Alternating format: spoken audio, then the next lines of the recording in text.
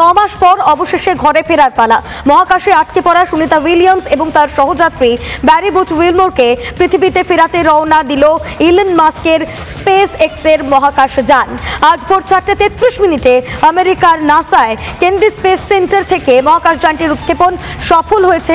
সব ঠিকঠাক থাকলে বুধবার পৃথিবীতে ফিরে আসতে পারেন সুনিতা এবং বুচ। ওই মহাকাশযানে আরও 4 জন মহাকাশচারী আন্তর্জাতিক স্পেস স্টেশনের উদ্দেশ্যে পাড়ি দিলেন। চলতি সপ্তাহের গোড়াতেই মহাকাশযানটি রওনা দেওয়ার কথা ছিল, যান্ত্রিক ত্রুটির কারণে অভিযান পিছিয়ে যায়।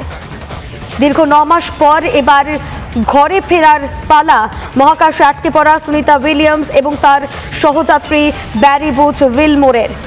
পৃথিবীতে ফেরানোর জন্য মহাকাশে রওনা দিল ইলন মাস্কের স্পেস এক্সের মহাকাশযান। আজ ভোর 4:33 নাগাদ আমেরিকার নাসার কেনেডি স্পেস সেন্টার থেকে মহাকাশযানটির উৎক্ষেপণ সফল হয়েছে, এমনটাই জানা যাচ্ছে। সবকিছু ঠিকঠাক থাকলে বুধবারই পৃথিবীতে ফিরে আসতে পারেন সুনিতা এবং বুচ।